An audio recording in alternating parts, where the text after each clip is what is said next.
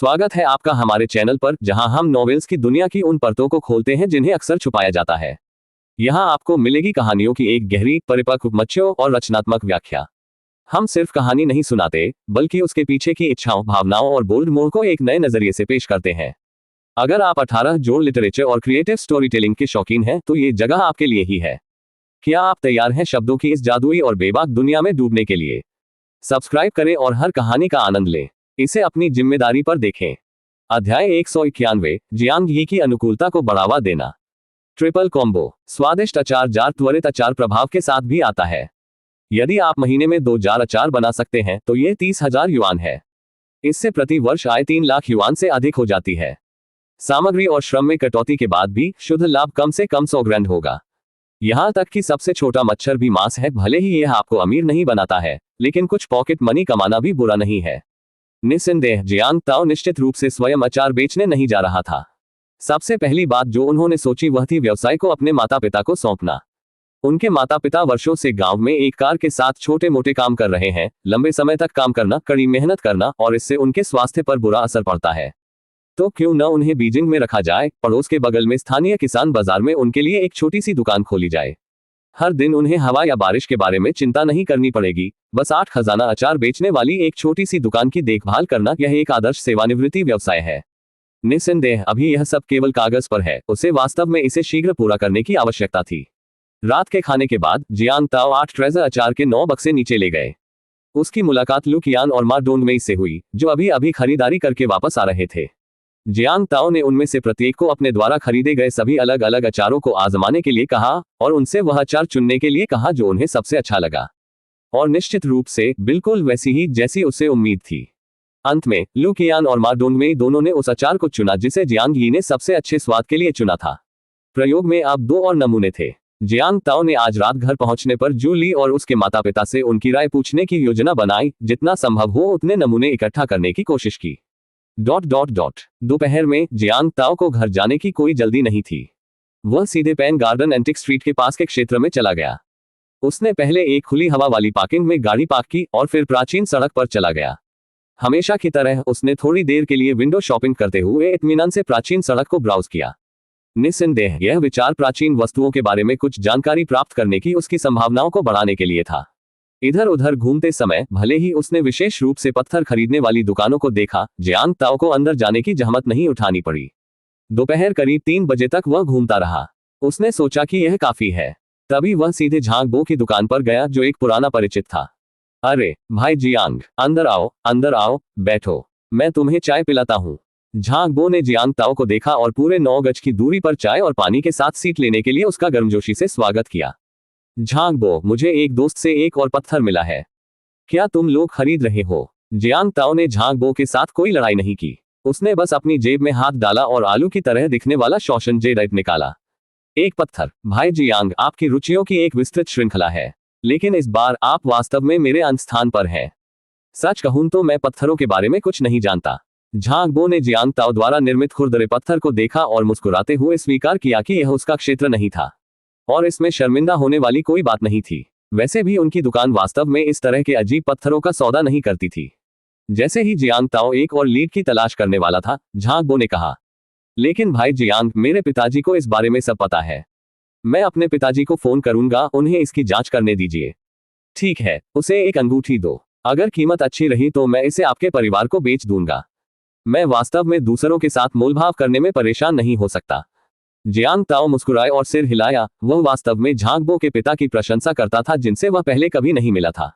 प्राचीन वस्तुएं खरीदने वाले अन्य लोग आधे अधूरे डरे हुए हैं। माइक्रोस्कोप, रेडियो कार्बन डेटिंग, सभी घोटाले होने से घबराए हुए हैं।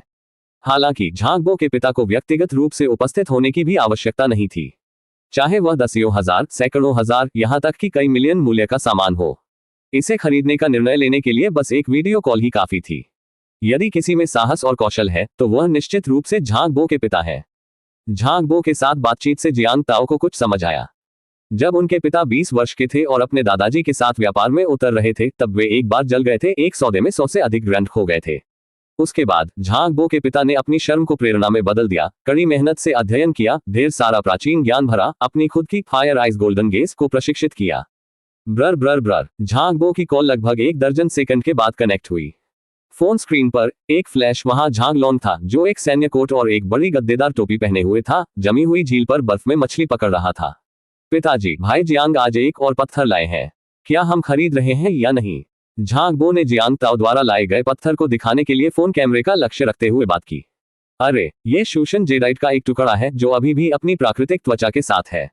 आकार भी ठीक ठाक है, इससे काफी हद तक सील बनाई जा सकती है। पहली नजर में झांगलोंग ने तुरंत इसके मूल का पता लगा लिया। प्रभावशाली दायरा और तेज नजर, आपको वास्तव में इसे उसे सौंपना पड़ा। बेटा, मेरे लिए इस पर एक तेज टॉर्च जलाओ, मुझे देखने दो कि यह अंदर कैसा दिखता है। झांगबो ने कॉफी टेबल के नीचे दराज से एक शक्तिशाली टॉर्च उठाए और उसे जियांग ताओ द्वारा लाए गए पत्थर पर चमकाया। गुणवत्ता खराब नहीं है। जियो जियांग, आप भी सुन रहे हैं, इसलिए मैं सीधे मुद्दे पर आता हूं। मेरा सबसे अच्छा प्रस्ताव एक 80,000 है। यदि आपको लगता है कि यह उचित है तो मैं इसे ले लूंगा।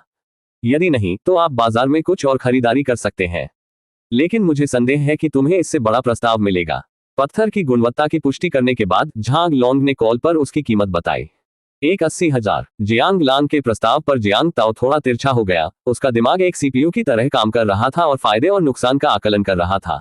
भाई टोंगजी की जानकारी में कहा गया है कि यह शोशन जेडाइट अधिकतम 90,000 के आसपास प्राप्त कर सकता है, लेकिन एक छोटे मोटे विक्रेता के लिए आप ऐसे खरीदार को कहां पाएंगे जो 190 का भुगतान करने को तैयार हो? हाँ, झांगबो के पिता की पेशकश भाई टोंगजी के अनुमान से 1 गुना कम थी, लेकिन ईमानदारी से कहूं तो यह कोई डील ब्रेकर नहीं था। अध्याय 192, जियांग यी की अनुकूलता को बढ़ावा देना। Triple combo. इसके अलावा इस तरह का व्यवसाय चलाने वाले किसी भी व्यक्ति को सौदा करने के लिए तैयार होने के लिए लाभ कमाना होगा। ठीक है, यहाँ हम सभी पुराने दोस्त हैं। चूंकि बॉस झांग ने इस कीमत की पेशकश की है तो निश्चित रूप से मैं आपको कुछ बताऊंगा। जियांग ताओ ने इसके साथ जाने का अवसर लिया और मुस्कुराते हुए झांगलोंग के प्रस्ताव को स्वीकार कर लिया। उसे यह चीज बिना एक पैसा खर्च किए मुफ्त में मिल गई, इसलिए वह इसे जिस भी चीज पर बेचता है वह सारा लाभ है, उसके पैसे खोने का कोई रास्ता नहीं है। और ईमानदारी से कहें तो जियांग ताओ वास्तव में थोड़ा आलसी है, वह एक ही चट्टान पर बहुत अधिक ऊर्जा बर्बाद नहीं करना चाहता है। यदि वह 10,000 कम बनाता है तो ठीक है, मन की शांति के लिए यह इसके लायक है। बेटा, तुम जियो जियांग के साथ हैंडओवर संभाल लो, ठीक है? मेरी तरफ एक मछली काट रही है, मुझे जाना होगा। झांगलोंग ने फोन रखने से पहले जल्दी से कहा। यह ऐसा था मानो उन्होंने किसी महत्वहीन छोटे व्यापारिक सौदे पर चर्चा की हो। सचमुच उनके परिवार के लिए 180,000 युआन का सौदा कोई बड़ी बात नहीं है। झांगलोंग के आगे बढ़ने से चीजें बहुत आसान हो गई। झांगबो ने सबसे पहले मूल्यवान वस्तुओं की बिक्री अनुबंध की 2 प्रतियां छापी। हस्ताक्षर करने के बाद उन्होंने खुशी से जियांग ताओ को 180,000 युआन हस्तांतरित कर दिए और दोनों पक्षों ने सौदा आसानी से पूरा कर लिया। सौदा हो गया। जियांग ताओ ने झांगबो से कुछ देर बातचीत की, फिर उठकर अलविदा कहा। झांगबो की दुकान से बाहर निकलते हुए वह उसी रास्ते से वापस पार्किंग स्थल की ओर चला गया, अपनी कार पकड़ी और सीधे घर चला गया। जियांग ताओ ने ओल्ड लू और मां डोंगमेई को आज रात के खाने के लिए आमंत्रित किया था। उसने जूली और उसके माता पिता को पहले से ही सूचित कर दिया था। घर की ड्राइव पर जियांग ताओ बिल्कुल शानदार मूड में पूरे रास्ते छोटी छोटी धुनें गुनगुना रहा था। किसने सोचा होगा कि सड़क के किनारे से उठाया गया पत्थर 180,000 युआन में बिकेगा। और सोचने वाली बात यह है कि जियांग यही वह व्यक्ति था जिसने सबसे पहले उस चट्टान को उठाया और फिर उसे दूर फेंक दिया। अगर उसे कभी पता चले कि उस चट्टान की कीमत कितनी है, इसे भूल जाओ, बेहतर होगा कि इसे रगड़ो मत। उसके टखने को मोड़ना पहले से ही काफी दुर्भाग्यपूर्ण था। मान लीजिए कि यह उन चीजों में से एक है जिसे मैं हमेशा अपने छोटे से रहस्य के रूप में रखूंगा। जब जियांग ताओ अपार्टमेंट परिसर में वापस आया तो शाम के ठीक 5 बजे थे। लू कियांग के साथ रात्रिभोज से पहले उन्होंने अभी भी 2 घंटे का अच्छा समय बिताया। पार्किंग के बाद जियांग ताओ ने अपना फोन निकाला, जूली का नंबर पाया और उसे फोन किया और उसे नीचे आने के लिए कहा ताकि वे एक साथ किराने की खरीदारी के लिए जा सकें। फोन रखने के 3 मिनट से भी कम समय बाद जूली तेजी से सीढ़ी से बाहर भागी। उसने इमारत के प्रवेश द्वार पर क्षेत्र को स्कैन किया, उनकी कार देखी और चेहरे पर एक बड़ी मुस्कान के साथ भाग गई। क्लिक करें टिल्डा। उसने सामने का यात्री दरवाजा खोला और अंदर चली गई। जूली अपनी निर्धारित यात्री सीट पर गिर पड़ी। जैसे ही उसने अपनी सीट बेल्ट बांधी, उसने मुस्कुराते हुए जियांग ताओ की ओर देखा और कहा, हनी टिल्डा, आज आपकी कड़ी मेहनत के लिए धन्यवाद। आइए आज रात कुछ और व्यंजन बनाएं और हमारे परिवार के बड़े हीरो का मजा लें। जियांग ताओ ने तुरंत कार स्टार्ट नहीं की, इसके बजाय उसने उत्सुकता से पूछा, अरे तुम्हारी बेटी कहाँ है? वह तुम्हारे साथ क्यों नहीं आई? ओह, वह ऊपर अपने होमरूम टीचर के साथ वीडियो कॉलिंग कर रही है। जूली ने धीरे से हंसते हुए कहा। उसके छात्रावास पर्यवेक्षक ने मुझे बताया कि आपकी बेटी आज स्कूल में रोई क्योंकि उसने टीचर जियांग को नहीं देखा था। उसे खाने की ज्यादा भूख नहीं थी, वह आमतौर पर जितना खाती थी उसका बमुश्किल आधा खाना खाती थी। जैसे ही वह घर पहुंची, उसने जोर देकर कहा कि मैं उसे टीचर जियांग को फोन करने दूं। हाँ, ऐसा लगता है कि उसकी टीचर जियांग के साथ बहुत अच्छी बनती है, जियांग ताओ ने कहा और कार स्टार्ट की और कॉम्प्लेक्स से बाहर चला गया। क्या वह आपकी टीचर जियांग भी नहीं है? आप दोनों पिता और बेटी हैं, और इतने सालों के बाद आप दोनों के शिक्षक एक ही थे। एक अजीब संयोग के बारे में बात करें। जू ली ने अपना मुंह ढक लिया और हंसते हुए और जियांग को चिढ़ाते हुए कहा, प्रिय, ईमानदार रहो, जब तुम स्कूल में थे तो क्या तुम्हारे मन में कभी अपने शिक्षक जियांग के बारे में कोई शरारती विचार आए थे? बिल्कुल नहीं। उस समय आप हमेशा मुझे परेशान करते रहते थे। मुझमें अन्य महिलाओं के बारे में सोचने की ऊर्जा कहाँ होती? पीएफटी, तुम्हें कौन परेशान कर रहा था? तुम हर समय मेरा पीछा कर रही थी। अगर मैंने कोशिश भी की तो मैं तुम्हें हिला नहीं सकता। ओह ठीक है, यह मैं तुम्हें परेशान कर रहा था, मुझे ये गलत याद होगा। हालांकि सच में तुम्हें अपने शिक्षक जियांग कभी पसंद नहीं आए। वह सचमुच बहुत सुंदर थी, उसका फिगर बहुत अच्छा था और उसके स्तन बड़े बड़े थे। ओह प्रिय, तुम्हें वास्तव में अपने आप को कम नहीं आंकना चाहिए। अन्य महिलाओं की तुलना में तुम्हारा आकार भी काफी बड़ा है। युगल बातचीत करते रहे और जल्द ही बातचीत थोड़ी एनएसएफडब्ल्यू हो गई। अध्याय 193, फफूंदयुक्त चावल की बोरी और खराब ब्रेक वाले डंप ट्रक में 100,000 युआन नकद। यह इंटेल थोड़ा सार है। जैसे ही आप बाई गेजूंग न्यू विलेज डिस्ट्रिक्ट से बाहर निकलते हैं, वहीं पर एक जिनके लॉन्ग सुपरमार्केट होता है। भले ही यह सुपरमार्केट वुमार्ट या योंगहुई जैसी बड़ी श्रृंखलाओं जितना बड़ा नहीं है, अंदर का उत्पादन वास्तव में ताजा है और चयन काफी पूर्ण है। जूली के आने के आधे महीने में वह पहले से ही यहाँ नियमित हो गई है। उन दोनों ने बातें करते हुए और हंसते हुए प्रवेश द्वार पर एक शॉपिंग कार्ट पकड़ी और ओल्डलू और उसकी पत्नी के साथ आज रात के खाने के लिए किराने का सामान लेने के लिए अंदर चले गए। मांस अनुभाग में उन्होंने पसलियों का एक रैक, कुछ चिकन पंख, कुछ ड्रमस्टिक खरीदे और घर पर अभी भी पुरानी जगह से लाया गया गोमांस था जो किसी अन्य व्यंजन के लिए पर्याप्त था। सब्जी अनुभाग में उन्होंने ब्रोकोली, सलाद, नए लहसुन के अंकुर, खीरे और टमाटर खरीदे, सभी मानक रोजमर्रा की सब्जियां। जू ली ने भिंडी के 2 बक्से और चिप्स का एक गुच्छा भी ले लिया और कहा कि वह सिर्फ और जियांग के लिए एक अतिरिक्त पकवान बनाना चाहती थी। समुद्री भोजन अनुभाग में उन्होंने 4 जिन क्विंगजियांग मछली निकाली और मछली वाले से इसे साफ करने और तैयार करने के लिए कहा। उन्हें 4 बड़े झींगे और सीपों से भरा एक फोम बॉक्स मिला। उसके बाद उन्होंने भोजन के बाद के लिए कुछ पेय, साथ ही मिठाई और फल उठाए। और अंत में जू ली और जियांग जू ने स्नैक्स का ढेर उठा लिया। यह माँ और बेटी की जोड़ी दोनों स्नैक प्रेमी है, हमेशा घर पर स्वादिष्ट व्यंजन खाते रहते हैं। अंत तक उनका छोटा सा शॉपिंग कार्ट खचाखच भर गया। चेकआउट के समय उन्होंने कुल मिलाकर 800 युआन से अधिक खर्च किए। पहले अगर वे एक यात्रा में इतना खर्च करते तो जियांग ताओ को अपने बटुए में थोड़ा दर्द महसूस होता, लेकिन अब 800 युआन उसके लिए कोई बड़ी बात नहीं है। आज ही अपने स्टॉक फंड रिटर्न की गिनती न करते हुए उन्होंने 180,000 पत्थरों की बिक्री की। 20% व्यक्तिगत आयकर के बाद भी वह 140,000 से अधिक घर ले जाएगा। जियांग ताओ और जूली को गाड़ी से ट्रंक में सब कुछ लाने के लिए आगे पीछे 2 यात्राएं करनी पड़ी। इस भव्य किराने की दुकान के बाद जब तक वे अपनी इमारत में वापस नीचे आए तब तक शाम के 6 बज चुके थे। जियांग वेन को जियांग ताओ का फोन आया था और वह सभी किराने का सामान एक साथ ऊपर ले जाने में उनकी मदद करने के लिए नीचे आया था। घर पहुंचने पर जूली, पिताजी और मां सभी व्यस्त होने के लिए सीधे रसोई में चले गए। जियांग ताओ ने जियांग जू के छोटे से शयन कक्ष का दरवाजा खोला और देखा कि वह बिस्तर पर पेट के बल लेटी हुई थी और अपने छोटे से मुंह से बिना रुके वीडियो कॉल में बातें कर रही थी। शिक्षक जियांग, क्या आपके पैर में चोट लगने से आपके लिए चलना मुश्किल हो गया है? मेरे पिताजी बहुत मजबूत हैं, क्या मैं चाहता हूं कि मैं उससे तुम्हें रात के खाने के लिए नीचे ले जाने के लिए कहूं? जब रात का खाना खत्म हो जाएगा तो वह तुम्हें फिर से ऊपर ले जा सकता है। जैसे ही जियांग जू ने अपना वाक्य पूरा किया, जियांग ही की हंसी एक खनकती चांदी जैसी आवाज फोन के माध्यम से आई। बूढ़ा जियांग दरवाजे पर चुपचाप सुन रहा था, अपने लिटिल कॉटन पैडेड जैकेट के प्रस्ताव पर हंसने के अलावा कुछ नहीं कर सका। बच्चे वास्तव में दुनिया को बहुत ही सरल तरीके से देखते हैं। क्या आपके पिता आपके शिक्षक को रात के खाने के लिए ले जा रहे हैं? वह शायद घर पर वॉशबोर्ड पर घुटनों के बल बैठ जाएगा। आपके प्यारे प्रस्ताव के लिए धन्यवाद जियोजू, तुम सच में जानती हो कि लोगों की देखभाल कैसे करनी है। लेकिन प्रिय, मैं बड़ा हो गया हूँ। मेरा वजन लगभग 100 जिन है, ये बहुत भारी है।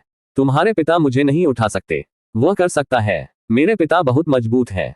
इसके अलावा शिक्षक जियांग, आप केवल 100 जिन के हैं, यह उतना भारी नहीं है। नए साल के दौरान मेरी चाची ने हमारे घर के तराजू पर अपना वजन तौला, वह 120 जिन की थी, और उसने ये कहकर मुझे धोखा देने की कोशिश की कि तराजू टूट गया है।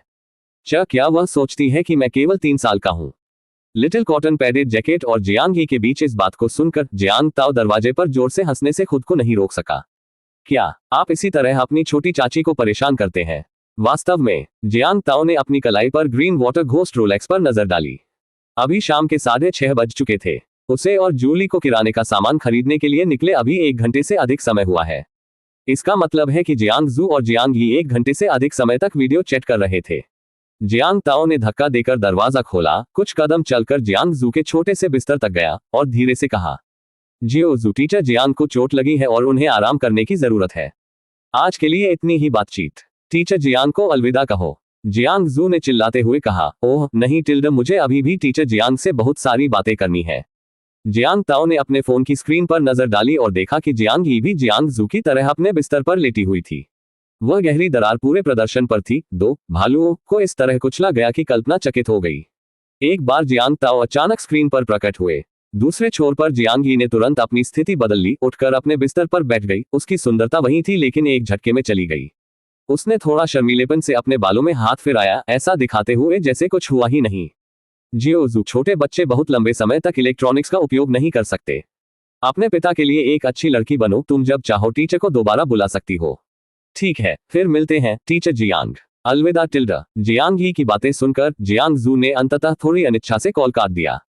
उसने गुलाबी फजी चप्पलों की एक जोड़ी पहनी और कमरे से बाहर जियांग ताओ का पीछा किया। डिंग लिंग लिंग। जियांग ताओ जियांग जू के कमरे से बाहर निकला ही था कि उसकी जेब में उसका फोन बजने लगा। उसने इसे बाहर निकाला और कॉलर आईडी देखी। ओल्ड लू। अरे ओल्ड लू, आप और आंटी माँ नीचे हैं, मैं आपसे मिलने नीचे आऊंगा। जियांग ताओ ने जवाब दिया, फोन पर कुछ शब्द कहे और फोन रख दिया। लिफ्ट से नीचे उतरते समय वह अगले दरवाजे से ऊपर जा रहे उस पत्थर चेहरे वाले भाई से टकरा गया। उस आदमी ने उसका स्वागत नहीं किया और जियांग ताओ किसी ऐसे व्यक्ति से गर्मजोशी से पेश नहीं आने वाला था जो बात नहीं करना चाहता था। नीचे उसने लुकियान और मा डोंगमेई को सामान से भरे बैग और थैले लेकर प्रवेश द्वार पर आते देखा। भाई लू, आप बहुत विनम्र हैं, जब आप आए तो इतना सारा सामान लाने की कोई जरूरत नहीं है। जियांग ताओ ऊपर चलते हुए हंसा। लुकियान के हाथों से कुछ बक्से लेते हुए। वहां नाश्ते, दूध, सिगरेट, शराब, चाय और कैंडी के डिब्बे थे और मा डोंगमेई के हाथ में फलों के कई बड़े थैले थे। अध्याय 194। फफूंद युक्त चावल की बोरी में 100,000 नकद और खराब ब्रेक वाला डंप ट्रक। यह इंटेल सार है। भाग 2। यह पहली बार था कि वे दोनों जियांग ताओ के यहाँ मेहमान के रूप में आए थे, इसलिए जाहिर है कि वे खाली हाथ नहीं आना चाहते थे।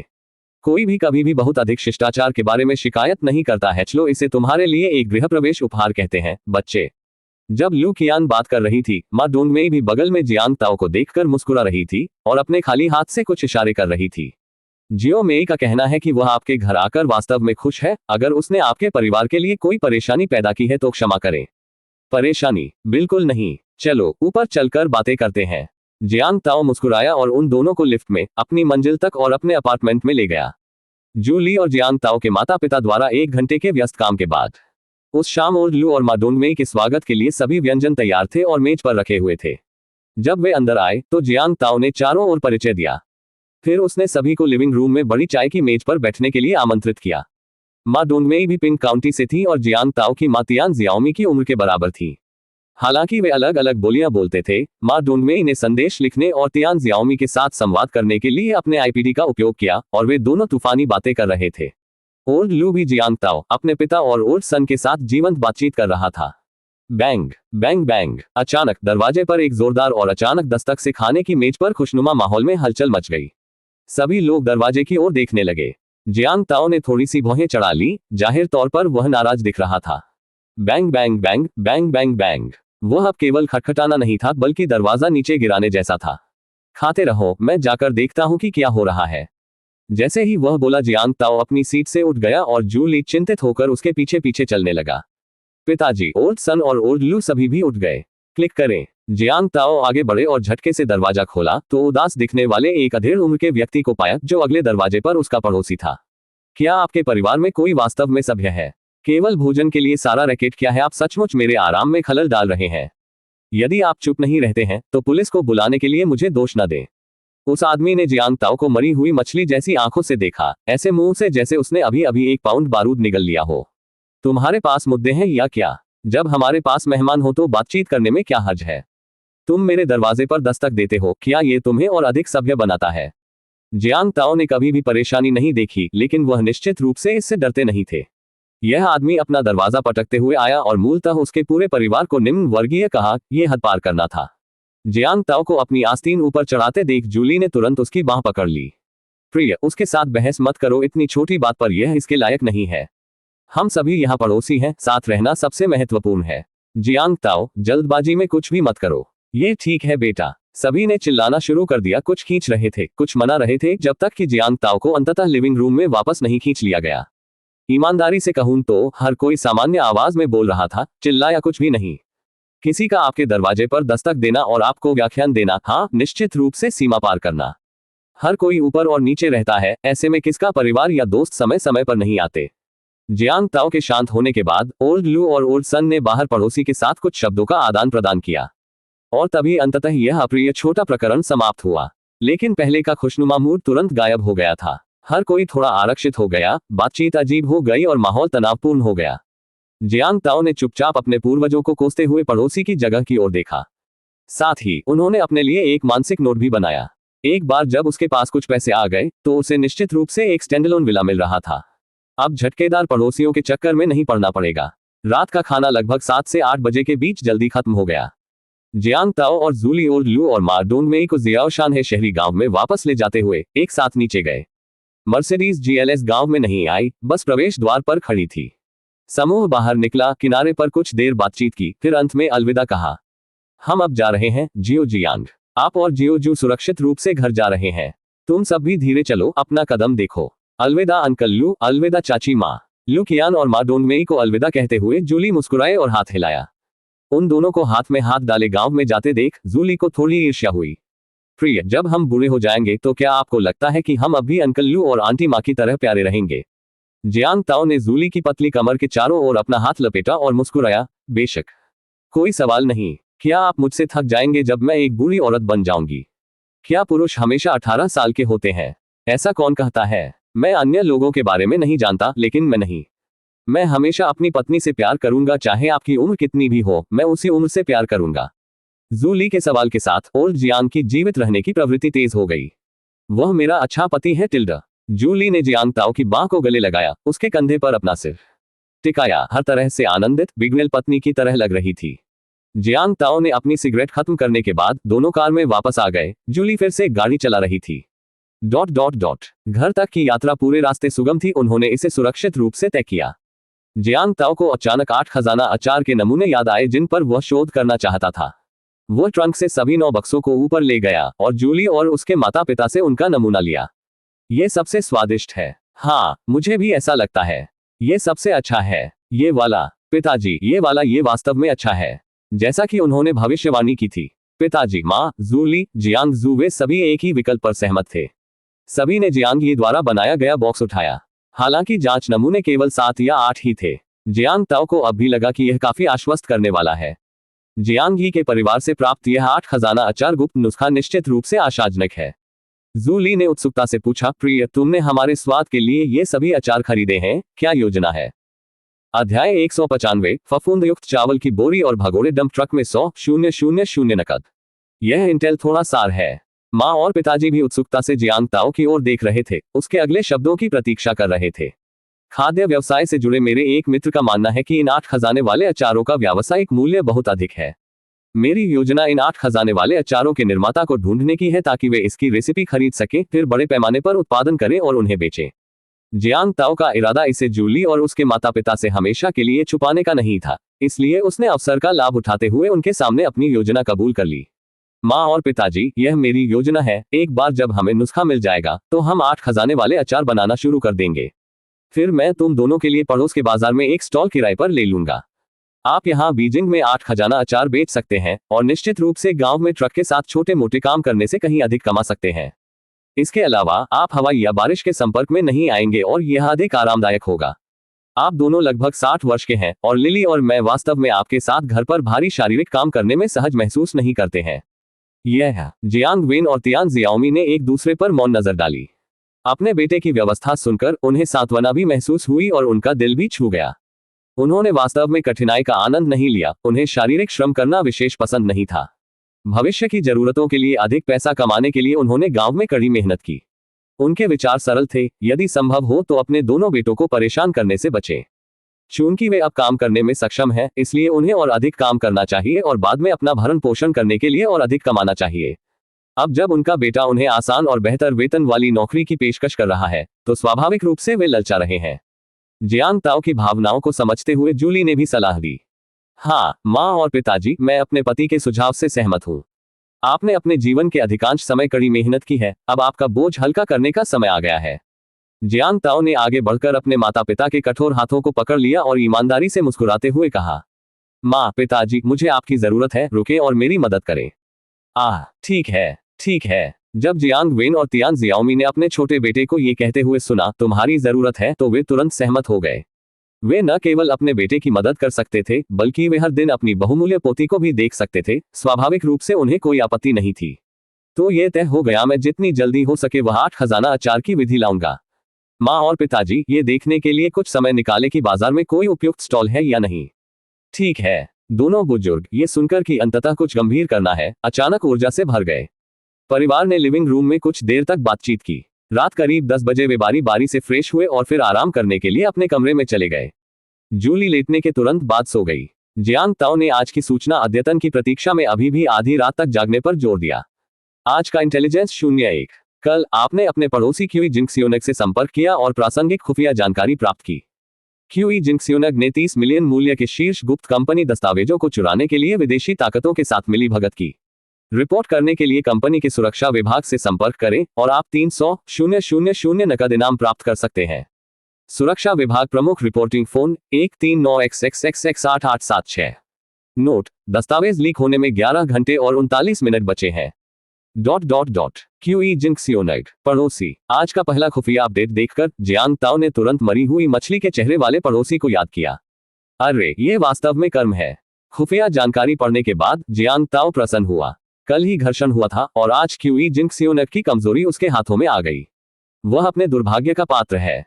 ये बताने की आवश्यकता नहीं है कि कल उनके बीच पहले से ही विवाद था। अगर ऐसा नहीं होता तो भी जियांग ताओ पैसे देने से इनकार नहीं करता। रिपोर्टिंग करने पर क्यूई जिंगसियोनेग को 300,000 का इनाम मिल सकता है। वह उसकी रक्षा क्यों करेगा? खुफिया जानकारी में दी गई जानकारी के मुताबिक इस आदमी क्यूई जिंगसियोग ने घरेलू कंपनियों से गोपनीय दस्तावेज चुराने के लिए बाहरी ताकतों से संपर्क किया। स्पष्ट रूप से यह एक अच्छा आदमी नहीं है। ऐसे व्यक्ति की रिपोर्ट करने पर जियांग ताओ पर कोई मनोवैज्ञानिक बोझ नहीं था और वह केवल उत्साहित महसूस कर रहा था। रिसाव होने में 11 घंटे से अधिक समय शेष होने के कारण खुफिया जानकारी का ये टुकड़ा बहुत जरूरी नहीं है और इसे कल सुबह संभाला जा सकता है। जियांग ताओ ने खुफिया जानकारी के पहले टुकड़े का संतोषपूर्वक विश्लेषण किया और फिर अगले पर आगे बढ़े। आज का इंटेलिजेंस 02। कल आप और जूली डिंगसी रोड और किली नदी चौराहे से गुजरे और प्रासंगिक खुफिया जानकारी प्राप्त की। फेल ब्रेक वाला डंप ट्रक 10 मिनट में चौराहे पर पहुंच जाएगा। तुरंत वहां ड्राइव करें। आप 1.18 मिलियन व्यक्तिगत चोट मुआवजा प्राप्त कर सकते हैं और एक नया जीवन शुरू करने के लिए दर्द रहित तरीके से एक वैकल्पिक दुनिया में स्थानांतरित हो सकते हैं। अरे बाप रे! आज भाई टोनगजी की दूसरी बुद्धिमत्ता को देखकर जियांग ताओ के चेहरे पर एक काली रेखा आ गई। डंप ट्रक, दूसरी दुनिया में स्थानांतरण। भाई टोनगजी, आज आप थोड़े अमूर्त हैं। यदि उसके माता पिता और पत्नी और बच्चे नहीं होते तो जियांग ताओ शायद दूसरी दुनिया में रहने पर विचार करता। अपनी बाहों में नाजुक पत्नी को देख रहा है। अपने जीवित माता पिता और प्यारी बेटी के बारे में सोच रहा हूँ। अब उसके पास एक सुंदर जीवन और एक खुशहाल परिवार था। डंप ट्रक से टकराने के लिए उसे पागल होना पड़ेगा। यह स्थानांतरण का अवसर, जो कोई भी इसे चाहता है वह इसे प्राप्त कर सकता है, वह निश्चित रूप से नहीं जा रहा है। खुफिया जानकारी का दूसरा भाग तुरंत पास कर दिया गया और अगले भाग की ओर बढ़ गया। आज का इंटेलिजेंस 03। कल आपने अपने पड़ोसी क्यूई जिंगसियोनेग से संपर्क किया और प्रासंगिक खुफिया जानकारी प्राप्त की। कल रात क्यूई जिंगसियोनेग ने फफूंद लगे चावल के थैले को नीचे कूड़ेदान में फेंक दिया, जिसके अंदर उसकी दिवंगत पत्नी द्वारा रखे गए 100,000 नकद थे। नोट, 100,000 नकदी का निपटान होने में 10 घंटे और 22 मिनट शेष है। उस प्यारे पड़ोसी के बारे में अधिक जानकारी। खुफिया जानकारी का तीसरा टुकड़ा भी क्यूई जिंगसियोनेग से संबंधित है और 100,000 नकद शामिल करते हुए जियांग ताओ तुरंत प्रसन्न हो गया। उसने जूली को अपनी बाहों में भरकर देखा, फिर चुपचाप बिस्तर से उठ गया, अपनी चप्पलें पहन ली और शयन कक्ष से बाहर चला गया। हालांकि खुफिया जानकारी से पता चला कि चावल की बोरी का निपटान होने में 10 घंटे से अधिक समय बाकी था। अध्याय 196। फफूंद लगे चावल के थैले में 100,000 युआन नकद और खराब ब्रेक वाला डंप ट्रक। यह इंटेल थोड़ा सार है। _4। लेकिन जियांग ताओ अब और इंतजार करने के लिए तैयार नहीं था। इस अंधेरी और तेज हवा वाली रात में बिना किसी को पता चले उसे चावल का वह थैला मिल गया। यदि वह कल दिन तक प्रतीक्षा करता तो जिले में बहुत अधिक लोग होते, जिससे ऑपरेशन असुविधाजनक हो जाता। आधी रात में मुझे अभी भी कचरा खोदना पड़ता है। अरे क्या हमें वास्तव में ये 100,000 अर्जित करना है? कपड़े बदलते समय जियांग ताओ चुपचाप अपने मन में शिकायत कर रहा था। हालांकि अब उनके पास कुछ करोड़ की संपत्ति थी, लेकिन वह एक कचरा ट्रक द्वारा 100,000 युआन ले जाते हुए देखने के लिए तैयार नहीं था। यह बहुत अच्छा होगा यदि वे दो भतीजे शिजी और शाओजी यहाँ होते, मैं उन्हें इसे उठाने में मदद कर सकता था। जैसे ही वह लिफ्ट से नीचे गया, जियांग ताओ को अपने गृहनगर में दूर स्थित अपने दो भतीजों के बारे में याद आया। वे दोनों अपने दूसरे चाचा के प्रति बिल्कुल 100% वफादार थे। उनके काम करने से जियांग ताओ को सहजता महसूस हुई। अपने गृहनगर में नए साल के दौरान उन्होंने और दोनों भाइयों ने खेत में युआन शिकाई सिक्कों का एक जार खोदा और 60,000 के इनाम के लायक एक पोमेरेनियन पाया। मदद मिलने और न होने से बहुत फर्क पड़ता है। डिंग। जब पहली मंजिल पर लिफ्ट के दरवाजे खुले तो जियांग ताओ बाहर निकला और सीधे गलियारे के दरवाजे के सामने कूड़ेदान की ओर चला गया। हालांकि बाई गेजुन जिला एक पुनर्वास क्षेत्र था, लेकिन यह अच्छी तरह से सुसज्जित था। कूड़ेदान सिर्फ बाहर ही नहीं रखे गए थे, वहां समर्पित डिब्बे थे और कचरा छांटा गया था। गलियारे के प्रवेश द्वार पर खड़े होकर जब जियांग ताओ ने डिब्बे को देखा तो पुनर्चक्रण योग्य कचरा बिन उसकी दृष्टि में एक हल्की सुनहरी चमक उत्सर्जित कर रहा था। जाहिरा तौर पर फफूंद लगे चावल के उस बैग को क्यूई जिंक्सियोनक द्वारा रिसाइकलिंग बिन में फेंक दिया जाना चाहिए था। यहाँ तक कि मेरी बेटी भी जानती है कि फफूंदयुक्त चावल रसोई का कचरा है। क्या मूर्ख है। पिछली रात की घटना के कारण जियांग ताओ ने अब काले चश्मे के साथ क्यूई जिंक्सियोनक को देखा। वास्तव में उसे अपने बारे में सब कुछ अप्रिय लगता था। वह चाहता था कि वह उसे अभी जेल भेज दे। चुपचाप शिकायत करने के बाद जियांग ताओ ने सबसे पहले आसपास का निरीक्षण किया। आसपास किसी को न देखकर वह आत्मविश्वास से रिसाइकलिंग बिन की ओर चला गया। सौभाग्य से नए साल के दौरान तापमान अभी भी कम था और कूड़ेदानों से गंध बहुत तेज नहीं थी। जल्द ही जियांग ताओ ने रिसाइकलिंग बिन से वुचांग चावल लेबल वाला आधा भरा लाल चावल का बैग निकाला। जियांग ताओ की दृष्टि में चावल की थैली गहरी सुनहरी रोशनी से चमक रही थी, जो स्पष्ट रूप से संकेत दे रही थी कि लक्षित वस्तु अंदर थी। वहां रुके बिना जियांग ताओ सीधे चावल के थैले को नीचे खड़ी बेंज जीएलएस की ओर ले गया। उसने ट्रंक खोला और चावल की थैली अंदर फेंक दी। जियांग ताओ ने चावल की थैली में हाथ डाला और नीचे की ओर पकड़ा। तुरंत अपनी उंगलियों से कुछ असामान्य महसूस किया। सरसराहट टिल्ड। अपना हाथ घुमाते हुए जियांग ताओ ने चावल की थैली से लाल बिलों की एक मोटी गड्डी निकाली, जो प्लास्टिक की थैली में एक साथ बंधी हुई थी। उनकी प्रामाणिकता को सत्यापित करने की जहमत उठाए बिना उसने सबसे पहले पैसे ट्रंक में फेंक दिए। जियांग ताओ फिर कूड़ेदान में वापस गया और चावल की थैली को रसोई के कचरे में फेंक दिया। हो गया। अपने हाथ ताली बजाते हुए जियांग ताओ घूमा और लिफ्ट लेकर गलियारे के अंदर वापस चला गया। डिंग। लिफ्ट 16वीं मंजिल पर खुली। 1602 पार करते समय जियांग ताओ लिफ्ट से बाहर चला गया और अपने अपार्टमेंट के दरवाजे पर नजर डाली। क्यूई जिंक्सियोनक के लिए, जिसने कंपनी के रहस्यों को चुराने के लिए विदेशी ताकतों के साथ मिलीभगत की, जियांग ताओ को न तो अपराधबोध महसूस हुआ और न ही सहानुभूति। जिसे दोषी महसूस करना चाहिए वह क्यूई जिंक्सियोनक है। तथ्य यह है कि वह कंपनी की ऐसी महत्वपूर्ण जानकारी हासिल कर सका, इसका मतलब था कि वह कंपनी में एक महत्वपूर्ण पद पर था या बॉस द्वारा उसका बहुत सम्मान किया जाता था। उनके वर्तमान कार्य विशिष्ट विश्वासघात थे। बेशक जियांग ताओ एक न्याय योद्धा नहीं था, वह कंपनी के लाभ के लिए कार्य नहीं कर रहा था। उनका मकसद पूरी तरह से भाई टोंगजी की खुफिया जानकारी में उल्लिखित 300,000 बोनस के लिए था। क्लिक करें टिल्ड। उसने चुपचाप दरवाजा खोला और सीधे बाथरूम में चला गया। उसने अपने कपड़े पूरी तरह से बदल लिए और जल्दी से अपने कपड़े धो लिए। तभी जियांग ताओ चुपचाप बेडरूम में लौट आया। यह देखकर कि जूली अभी भी उसी स्थिति में थी, उसने उसे छोड़ दिया था, समान रूप से सांस ले रहा था और अभी भी गहरी नींद में सो रहा था। जियांग ताओ गहरी सोच में था। जब से वह डेली इंटेलिजेंस सिस्टम से जुड़ा था, उसने देखा कि जूली हर बार जब भी वे एक साथ सोते थे, अच्छी नींद लेते थे। यहाँ तक कि अगर वह देर रात को भी बाहर जाता तो भी वह ध्यान नहीं देती थी। क्या भाई टोंगजी अपने आसपास के लोगों को सम्मोहित कर सकते थे? बेशक ये सिर्फ जियांग ताओ की अटकलें थीं, बिना किसी सबूत के। इसका अर्थ समझने में असमर्थ होने पर उन्होंने इस पर ध्यान न देने का निर्णय लिया। जियांग ताओ धीरे से बिस्तर के पास पहुंचा, कंबल उठाया और अंदर आ गया। अपना हाथ बढ़ाकर उसने जूली की कमर के चारों ओर लपेट लिया, अपनी आंखें बंद कर ली और 3 मिनट के भीतर सो गया। अध्याय 197। अच्छा, पड़ोसी पकड़ा गया। दोगुनी लंबाई। जब जियांग ताओ बिस्तर पर सो रहा था, कमरे की जगह अचानक पानी की सतह की तरह हिल उठी। जूली के शरीर के चारों ओर एक अदृश्य सुरक्षात्मक बुलबुला पॉप ध्वनि के साथ साबुन के बुलबुले की तरह फूटा। वही दृश्य उस कमरे में घटित हुआ जहां जियांग ताओ के माता पिता सो रहे थे, लेकिन इसकी भनक किसी को नहीं लगी। अगली सुबह जब जियांग ताओ उठा तो जूली की परछाई उसके बगल में कहीं नहीं दिखी। बिस्तर के किनारे पर करीने से मोड़ा हुआ एक जोड़ा काला अवकाश पैंट और एक भूरे रंग का नकली टू पीस स्वेटर था। क्रियाक टिल्डा। दरवाजा धीरे से खुला और जियांग जू, जो पहले से ही अपनी स्कूल की पोशाक पहने हुए थी, हमेशा की तरह जियांग ताओ को जगाने के लिए आई। पिताजी उठो टिल्डा, सूरज उगाया है, आलसी लोगो टिल्डा। जियांग ताओ ने शक्तिहीन होने का नाटक किया। मैं भी उठना चाहता हूं, लेकिन मेरी ऊर्जा खत्म हो गई है और मुझे रिचार्ज करने के लिए एक राजकुमारी के चुंबन की जरूरत है। जियांग जू अपने हाथों को अपनी पीठ के पीछे रखते हुए चिढ़ाते हुए बिस्तर की ओर चली गई। राजकुमारी के चुंबन को भुने हुए बत्तख के साथ बदले जाने की आवश्यकता है टिल्डा। जियांग ताओ हंसने के अलावा कुछ नहीं कर सका। क्या आप भुनी हुई बत्तख राजकुमारी है? आप भुनी हुई बत्तख खाने से कभी नहीं थकती। आप रोस्ट डक डैडी हैं। आप बड़े डक हैं। ओह, लिटिल कॉटन पैडेड जैकेट की बातें सुनकर और जियांग अवाक रह गया। मैं इसमें कैसे फंस गया?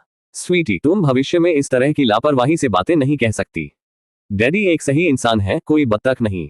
जियांग जू ने अपना सिर झुकाया और कहा, बत्तखों में क्या खराबी है, वे प्यारी है। तैयार होते समय जियांग ताओ ने कहा, वे प्यारे हैं, लेकिन डैडी और अधिक हंस बनना चाहते हैं। बह, मेरी माँ हंस है, तुम मेढक हो टिल्डा ब्ले ब्ले ब्ले टिल्डा। जियांग जू ने जियांग ताओ की ओर मुंह किया और भागने के लिए मुड़ा, लेकिन और जियांग ने उसे पकड़ लिया। स्पष्ट रूप से कहो, मेढक कौन है टिल्डा? तुम हो टिल्डा। हनी टिल्डा, तुम दोनों, बस इतना ही काफी है। स्कूल बस अभी नीचे आएगी, नाश्ता कर आओ। जूली दरवाजे पर खड़ी होकर बेबसी से अपना सिर हिलाते हुए पिता और बेटी को चंचलता से देख रही थी। ये दोनों एक दूसरे की तरह ही बचकाने हैं।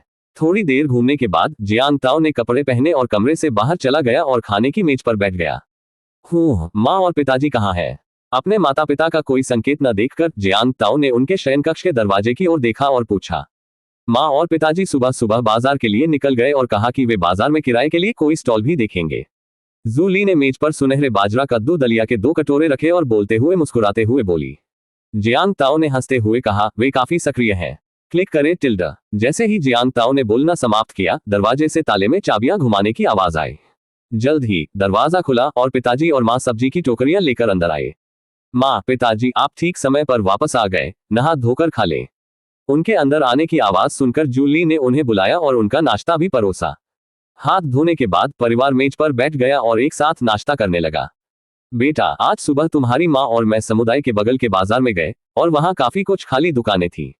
वे सिर्फ छोटी झोपड़ियां हैं, फिर भी मासिक किराया 3000 से 5000 तक है। क्या ये थोड़ा महंगा नहीं है? बाजार में किराए की जांच करने के बाद जियांग वेन को किराए के बारे में कुछ शिकायतें थी। जियांग ताओ ने 8 खजाने के अचार में से अचार वाले खीरे का एक टुकड़ा उठाते हुए कहा, यह बहुत महंगा नहीं है। वहां किराए पर रहने वाले सभी विक्रेताओं को देखें, इसका मतलब है कि पैदल यातायात अच्छा है और यह कीमत के लायक है। जियांग ताओ ने पहले भी जूली के साथ उस बाजार का दौरा किया था। यह बहुत बड़ा नहीं है, केवल 20 या 30 म्यू को कवर करता है। 2 मुख्य सड़कों के दोनों ओर की इमारतें साधारण स्टील संरचित झोपड़ियां हैं जिनमें काफी बुनियादी सुविधाएं हैं। ऐसे विक्रेता हैं जो अन्य चीजों के अलावा सब्जियां, मांस, विभिन्न पेस्ट्री, डिम सम और खुली वाइन बेचते हैं। बाय गेजुंग न्यू विलेज डिस्ट्रिक्ट से यातायात द्वारा समर्थित, वहां व्यवसाय अच्छा चल रहा है, इसलिए किराए सस्ते नहीं है। इस समय में हर उद्योग प्रतिस्पर्धी है। यदि आप ऐसा नहीं करते हैं तो हमेशा कोई और होगा जो ऐसा करेगा। जियांग वेन ने थोड़ा चिंतित होकर पूछा, क्या हमें इसके बारे में और सोचना चाहिए? अब और सोचने की जरूरत नहीं पिताजी, मुझे विश्वास है कि यह काम करेगा। आपको और माँ को आज सुबह जाकर किराया सुरक्षित करना चाहिए और फिर हम इसे ठीक से पुनर्निर्मित कर सकते हैं। जियांग ताओ ने निर्णायक निर्णय लेते हुए अपने माता पिता को संकोच करने का मौका नहीं दिया। वह जानता था कि उसके माता पिता और चाचा स्वभाव से सतर्क थे। वे कुछ भी शुरू करने से पहले असफलता और हानि से डरते हुए हमेशा सावधान रहते हैं। जब चीजें कठिन हो जाती हैं तो वे पीछे हटने या हार मानने पर विचार करते हैं। यहाँ तक कि भाई जियांग भी उसी सतर्क स्वभाव के थे। ऐसा इसलिए था क्योंकि गरीबी में रहने से उनकी सोच अनुकूलित हो गई थी। कठिनाइयों के जीवन ने लंबे समय तक उनके किनारों को कमजोर कर दिया था और उनकी उद्यमशीलता की भावना लंबे समय से खत्म हो गई थी। जो कुछ बचा है वह औसत दर्जे का त्याग है। स्थिर नौकरियां करने, थोड़ी पॉकेट मनी कमाने, धन की चाहत नहीं, केवल स्थिरता से संतुष्ट। व्यवसाय में निवेश, यह उनके लिए है जो सक्षम है। व्यवसाय में दूसरों की नकल करने में अक्षम किसी व्यक्ति के लिए यह परेशानी का कारण बन रहा है। सबसे अधिक संभावना है कि वर्षों की बचत नष्ट हो जाएगी। विशेषकर जियांग वेन की उम्र में अब जोखिम लेने की इच्छा भी कम हो गई है। इसलिए जियांग ताओ को उन्हें आगे बढ़ाने, उनके लिए निर्णय लेने की जरूरत थी। ठीक है, यदि आप ऐसा कहते हैं तो हम ये करेंगे। आपकी माँ और मैं अभी भी किसी तरह योगदान कर सकते हैं। अपने बेटे के आत्मविश्वासपूर्ण आचरण को देखकर जियांग वेन हतोत्साहित करने वाले शब्दों से उसके उत्साह को कम नहीं करना चाहता था। नाश्ता करते समय यूं ही बातें करना। अध्याय 198। अच्छा, पड़ोसी पकड़ा गया। दोगुनी लंबाई। भोजन खत्म करने के बाद जू ली ने जियांग जू को स्कूल बस पकड़ने के लिए नीचे भेजा। जियांग ताओ ने अपने पिता के फोन में 50,000 युआन की स्टार्टअप पूंजी हस्तांतरित की और फिर उन्होंने अलग अलग काम किया। उनके माता पिता बाजार स्टॉल पर मामलों को निपटाने के लिए जिम्मेदार थे। इस बीच जियांग ताओ लोग्स गार्डन की ओर चला गया। आज उन्होंने जियांग ही के साथ 8 खजाने वाले अचार की गुप्त रेसिपी पर चर्चा करने की योजना बनाई। बीच में जियांग ताओ को पार्क करने के लिए एक खुला क्षेत्र मिला। पार्किंग के बाद उसने पिछली रात प्राप्त 1 लाख युआन नकद प्राप्त किया और उसे कार में ले आया। करीने से रखी हुई नकदी को देखकर जियांग ताओ को एहसास हुआ कि वह अंदर से बहुत शांत महसूस कर रहा है। कोई कह सकता है कि उसे कोई लहर महसूस नहीं हुई। बढ़ती कमाई के साथ उसकी सीमा भी ऊंची और ऊंची होती गई। अब 1 लाख युआन उसके लिए कोई उत्साह प्रदान नहीं करता था। उसने लापरवाही से नकदी को यात्री सीट के सामने भंडारण बॉक्स में रख दिया। जियांग ताओ ने पहले कार की खिड़की खोली, फिर सिगरेट जलाई। तभी उसने कल रात ताज़ा की गई पहली खुफिया जानकारी की समीक्षा करने से पहले मानसिक रूप से अभ्यास किया कि अपनी बातचीत को कैसे व्यक्त किया जाए। आज का इंटेलिजेंस 01। कल आपने अपने पड़ोसी क्यूई जिंगसियोनेग से संपर्क किया और प्रासंगिक खुफिया जानकारी प्राप्त की। क्यूई जिंगसियोनेग ने 30 मिलियन युआन के शीर्ष गुप्त कंपनी दस्तावेजों को चुराने के लिए विदेशी ताकतों के साथ मिली भगत की। उसकी रिपोर्ट करने के लिए कंपनी के सुरक्षा विभाग से संपर्क करें और आप 300,000 युआन नकद इनाम कमा सकते हैं। सुरक्षा विभाग संपर्क number 139XXXX8876। Note: data leak होने तक 3 घंटे 17 मिनट शेष है। अपने मन में उसने अभ्यास किया कि फोन नंबर डायल करने पर उसे क्या कहना है। जियांग ताओ ने गहरी सांस ली, फिर अपने फोन पर सुरक्षा विभाग के प्रमुख का नंबर डायल करना शुरू कर दिया। बाई गेजुंग न्यू विलेज डिस्ट्रिक्ट से लगभग 4 किलोमीटर दूर एक औद्योगिक पार्क के भीतर, जिंगक्सन फिशरी फीड प्रोसेसिंग फैक्ट्री के अंदर, सुरक्षा अनुभाग प्रमुख डोंग कियांग अपने कार्यालय में इत्मीनान से चाय पी रहे थे। कार्यालय की कई मॉनिटरिंग स्क्रीनों पर नजर डालते हुए उसका मन अभी भी केटीवी पर पिछली रात के गायकों का समर्थन करने पर है। अंगूठी अंगूठी अंगूठी। डेस्क पर रखा फोन अचानक बज उठा। एक अपरिचित स्थानीय नंबर पर कॉल करते देख डोंग कियांग ने फोन उठाया। नंबर साफ था, प्रमोशनल या डिलीवरी के रूप में अचिन्हित था। 2 सेकंड तक झिझकने के बाद डोंग कियांग ने कॉल का उत्तर देने के लिए अपनी उंगली घुमाई। हाँ, मैं डोंग कियांग हूँ। क्या? उद्धरण चिन्ह उद्धरण चिन्ह। कॉल 3 मिनट और 27 सेकंड तक चली। जब डोंग कियांग ने अपने कान से फोन हटाया तो कड़ाके की सर्दी के बावजूद उसके माथे पर पसीने की बूंदें पहले ही बन चुकी थी। धिक्कार है, वो बूढ़ा कमीना क्यूई जिंगसियोनेग उस हाथ को काट रहा है जो उसे खाना खिलाता है। डोंग कियांग ने जोर से शाप दिया। देर करने की हिम्मत नहीं की, जल्दी से महाप्रबंधक के कार्यालय की ओर चला गया। अभी उन्हें फोन पर जो जानकारी मिली वह बहुत महत्वपूर्ण थी। अगर यह सच है तो ये कहना कोई अतिशयोक्ति नहीं होगी कि इससे जिंगक्सन फीड फैक्ट्री को अरबों का नुकसान होगा। खटखटाओ खटखटाओ खटखटाओ। महाप्रबंधक के कार्यालय के दरवाजे पर पहुंचकर डोंग कियांग ने घबराकर दरवाजा खटखटाया। अंदर की आवाजें सुनकर उसने तुरंत धक्का देकर दरवाजा खोला और अंदर चला गया। क्या बात है, सेक्शन चीफ डोंग कियांग के चेहरे पर चिंतित भाव देखकर महाप्रबंधक क्यूई डोंग कियांग की अभिव्यक्ति गंभीर हो गई। प्रवेश करने के बाद डोंग कियांग ने जल्दी से दरवाजा बंद कर दिया, सीधे क्यूई डोंग कियांग की मेज पर चला गया, अपनी आवाज धीमी की और गंभीर भाव से कहा, राष्ट्रपति क्यूई, किसी ने अभी अभी फोन किया और कहा कि हमारे प्रयोगशाला समूह के नेता क्यूई जिंगसियोनेग ने कंपनी का ईलफीड फॉर्मूला चुरा लिया है। क्या? डोंग कियांग की रिपोर्ट सुनकर क्यूई डोंग कियांग तुरंत शांत नहीं बैठ सके और अपनी सीट से उछल पड़े। जिंगक्सन फिशरी फीड प्रोसेसिंग फैक्ट्री एक फीड फैक्ट्री है जो मछली फीड के अनुसंधान और बिक्री को एकीकृत करती है। ये फैक्ट्री 1 दशक से अधिक समय से स्थापित है, जिसमें दर्जनों पेटेंट प्रौद्योगिकियां हैं और इसके उत्पाद घरेलू और विदेशों में अच्छी तरह से बिकते हैं। कारखाने की वार्षिक बिक्री 300 मिलियन से अधिक तक पहुंच जाती है, जिससे ये औद्योगिक पार्क में एक बहुत शक्तिशाली उद्यम बन जाता है। उनमें से ईल फीड फॉर्मूला निश्चित रूप से जिंगक्सन फिशरी फीड फैक्ट्री में सबसे मूल्यवान और कीमती फॉर्मूला है। इसका मुख्य कारण यह है कि ईल का आर्थिक मूल्य अधिक है, जो प्रति किलोग्राम सैकड़ों युआन में बिकती है। जिंगक्सन फिशरी फीड फैक्ट्री द्वारा विकसित यह फीड न केवल ईल पालन चक्र को तेज करता है बल्कि ईल से मिट्टी की गंध को भी प्रभावी ढंग से दूर करता है। इस प्रकार का चारा 30,000 युआन प्रति टन से अधिक में बेचा जा सकता है। केवल इस एक प्रकार के फीड से लगभग 100 मिलियन की वार्षिक बिक्री हासिल की जा सकती है। यह चारा इतना महंगा है और इतना अच्छा बिकता है, इसका मुख्य कारण यह है कि इसका प्रभाव उत्कृष्ट है और यह कई किसानों द्वारा पसंद किया जाता है। दूसरा मुख्य कारण यह है कि यह चारा केवल जिंगक्सन फिशरी फीड फैक्ट्री में उपलब्ध है, दूसरों के पास यह नहीं है। क्योंकि इस फीड का सूत्र अत्यंत जटिल है, जिसमें दर्जनों ट्रेस तत्वों का योगात्मक अनुपात शामिल है। एक अनुपात में कोई भी असंतुलन तैयार उत्पाद की प्रभावशीलता को काफी कम कर सकता है। अगर किसान इसे खरीदना चाहते हैं तो वे केवल जिंगक्सन फिशरीज से ही खरीद सकते हैं। यदि फीड फॉर्मूला लीक हो जाता है और अन्य फीड फैक्ट्रियों द्वारा कॉपी किया जाता है तो ये जिंगक्सन मत्स्य पालन के लिए एक घातक झटका होगा। यह मामला बहुत महत्वपूर्ण है और स्वाभाविक रूप से इसे हल्के में नहीं लिया जा सकता। इसे खारिज करने से बेहतर है इस पर विश्वास कर लिया जाए। क्यूई डोंगकियांग ने सोचा कि कल ही क्यूई जिनिक्सियोनग ने उससे एक दिन की छुट्टी मांगी थी और कहा था कि वह आज आराम करेगा। अगर कोई और छुट्टी मांगता तो शक करने की कोई बात नहीं होती।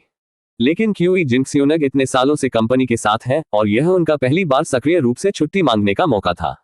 क्यूई जिनिक्सियोनग के कल छुट्टी मांगने के दृश्य को याद करते हुए जितना अधिक उसने इसके बारे में सोचा उतना ही कुछ गलत महसूस हुआ। कल जब क्यूई जिनिक्सियोनग छुट्टी मांगने के लिए कार्यालय में आया तो उसकी आंखें नम थीं और उसके स्वर में घबराहट का संकेत था। उस समय क्यूई डोंगकियांग को कुछ भी समझ नहीं आया, लेकिन वर्तमान स्थिति को देखते हुए संभावना अधिक लगती है कि उसने कंपनी के दस्तावेज चुरा लिए हैं। जहां तक व्हिसिलब्लोअर को पता था तो उसके पास इसकी गहराई में जाने का समय नहीं था। अब सबसे जरूरी काम क्यूई जिनिक्सियोनग पर नियंत्रण पाना और उससे गुप्त सूत्र को रोकना है। क्यूई जिनिक्सियोनग, तुम बहुत गद्दार हो। तुम्हारी मेरी पीठ में छुरा घोंपने की हिम्मत कैसे हुई? गुस्से में शाप देने के बाद क्यूई डोंगकियांग ने तुरंत अपना फोन उठाया और पिंगचांग जिला आर्थिक अपराध जांच ब्रिगेड के कैप्टन वू को फोन किया। जिंगक्सन फिशरीज फीड फैक्ट्री के पास कई गोपनीय सूत्र हैं और कभी कभी वे स्थानीय आर्थिक अपराध इकाई की बैठकों में भाग लेते हैं। समय के साथ क्यूई डोंगकियांग आर्थिक अपराध इकाई के लोगों से अपेक्षाकृत परिचित हो गया। कैप्टन वू, एक बार कॉल कनेक्ट होने के बाद क्यूई डोंगकियांग ने कैप्टन वू को स्थिति के बारे में संक्षेप में बताया। उन्होंने ये भी स्पष्ट रूप से कहा कि जानकारी लीक होने पर कंपनी को भारी नुकसान का सामना करना पड़ेगा। अंत में उन्होंने क्यूई जिनिक्सियोनग के कुछ विवरण प्रस्तुत किए जिसमें उनके वर्तमान घर का पता भी शामिल था। पिंगचांग जिले में आर्थिक अपराध जांच ब्रिगेड के अंदर फोन रखने के बाद वू जियांगनान का चेहरा उत्साहित और कुछ हद तक गंभीर था। कैप्टन वू, यह क्या है? क्या यह एक और बड़ा मामला है? वू जियांगनान के सामने एक नई भर्ती हुई महिला अधिकारी जो बहादुर और उत्साही दिख रही थी ने उत्साह से पूछा। जिंगक्सन फिशरी फीड प्रोसेसिंग फैक्ट्री के महाप्रबंधक क्यूई डोंगकियांग ने अभी कहा कि उनकी प्रयोगशाला के प्रमुख पर कंपनी से गोपनीय फाइलें चुराने का संदेह है। यह मामला अत्यावश्यक है। जियोली बाइगेजुंग न्यू विलेज डिस्ट्रिक्ट में कब्जा अभियान शुरू करने के लिए तुरंत एक्शन टीम को सूचित करें। हाँ कैप्टन वू, जियोली चिल्लाकर सहमत हो गया और जल्दी से बाहर चला गया। सुबह 9:27 बजे पुलिस की 4 गाड़ियां पिंगचांग जिला आर्थिक अपराध जांच ब्रिगेड के प्रांगण से निकलकर सीधे बाइगेजुंग न्यू विलेज डिस्ट्रिक्ट की ओर जा रही थी। 9:49 पूर्व वाहन आर्थिक अपराध इकाई क्यूई जिनिक्सियोनग के घर पहुंची और वहां से निकलने ही वाले क्यूई जिनिक्सियोनग को गिरफ्तार कर लिया। उन्हें उसके ब्रीफकेस में संदिग्ध दस्तावेज और एक छोटा यूएसबी ड्राइव मिला। क्यूई डोंगकियांग फैक्ट्री प्रयोगशाला के शोधकर्ताओं को सत्यापन के लिए आर्थिक अपराध इकाई में ले आए। यह पुष्टि की गई कि क्यूई जिनिक्सियोनग के ब्रीफकेस में मौजूद दस्तावेज वास्तव में गोपनीय सूत्र थे जो उसने कंपनी से चुराए थे। पूछताछ करने पर यह पता चला कि क्यूई जिनिक्सियोनग ने पहले ही खरीदार के साथ सुबह 11 बजे बेई क्यूईजिया के बाउडी होटल में व्यापार करने की व्यवस्था कर ली थी। चूंकि दोनों पक्षों को एक दूसरे पर पूरा भरोसा नहीं था, इसलिए उसे केवल 100,000 युआन की जमा राशि प्राप्त हुई थी और उसने अभी तक दस्तावेजों की सामग्री का खुलासा दूसरे पक्ष को नहीं किया था। यह सुनकर कि जानकारी का खुलासा नहीं किया गया है, क्यूई डोंगकियांग और उनके समूह ने अंततः राहत की सांस ली। लेकिन वे निश्चित रूप से इस मामले को क्यूई जिनिक्सियोनग के साथ नहीं जाने देंगे और एक उदाहरण स्थापित करने के लिए निश्चित रूप से उस पर मुकदमा चलाएंगे। जब क्यूई डोंगकियांग ने डोंगकियांग और कई कंपनी शोधकर्ताओं के साथ आर्थिक अपराध इकाई छोड़ी, तब तक सुबह के 11 बज चुके थे। पूछताछ के नतीजों के बारे में जानने के बाद क्यूई डोंगकियांग आखिरकार अपने दिमाग को शांत करने में सक्षम हो गया। डोंगकियांग, हालांकि इस मामले को नियंत्रण में ले लिया गया है, लेकिन सुरक्षा विभाग की जिम्मेदारी से बचा नहीं जा सकता। लौटते ही एक व्यापक सुरक्षा बैठक आयोजित करें। इसके अलावा आपके सुरक्षा उपायों को उन्नत और मजबूत करने की आवश्यकता है। मुझे एक विस्तृत योजना दें। मैं नहीं चाहता कि इस तरह की घटना दूसरी बार हो। इसके अतिरिक्त इस महीने अपने बोनस से 3000 युआन काट लें। हाँ, राष्ट्रपति क्यूई डोंगकियांग की सजा का सामना करते हुए डोंगकियांग ने कोई आपत्ति व्यक्त करने की हिम्मत नहीं की। वह खुद भी अंदर तक डरा हुआ था। यदि क्यूई जिनिक्सियोनग ने वह फॉर्मूला लीक कर दिया होता तो उसकी सजा 3000 युआन के जुर्माने पर नहीं रुकती।